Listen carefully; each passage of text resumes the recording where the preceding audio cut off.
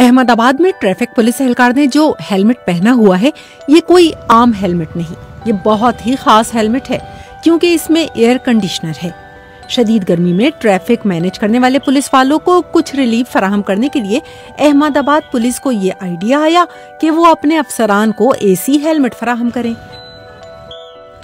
इस हेलमेट में एसी पंखा लगा हुआ है जो उसे पहनने वाले को ठंडी हवा फराहम करता है।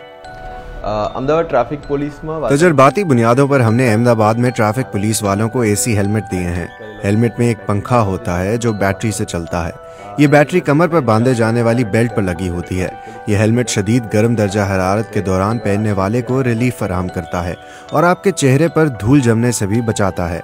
हम अभी आजमाइशी बुनियादों पर हेलमेट का इस्तेमाल कर रहे हैं और ट्रैफिक पुलिस के अमले से राय लेने के बाद ही हम दरकार तब्दीलियां करके उन्हें पुलिस एहलकारों में तकसीम करेंगे। महिला અને પુરુષ જે કોન્સ્ટેબલો છે એનો ટ્રાયલ લઈ અને પછી જે ફીડબેક આપશે।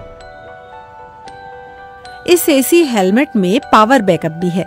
इसे चार्ज होने में 8 घंटे लगते हैं और एक बार मुकम्मल चार्ज होने पर ये बैटरी 5 दिन तक चलती है। इस वक्त अहमदाबाद के बापू नगर इलाके में तैनात ट्रैफिक पुलिस एहलकारों को एसी हेलमेट पहने देखा जा सकता है।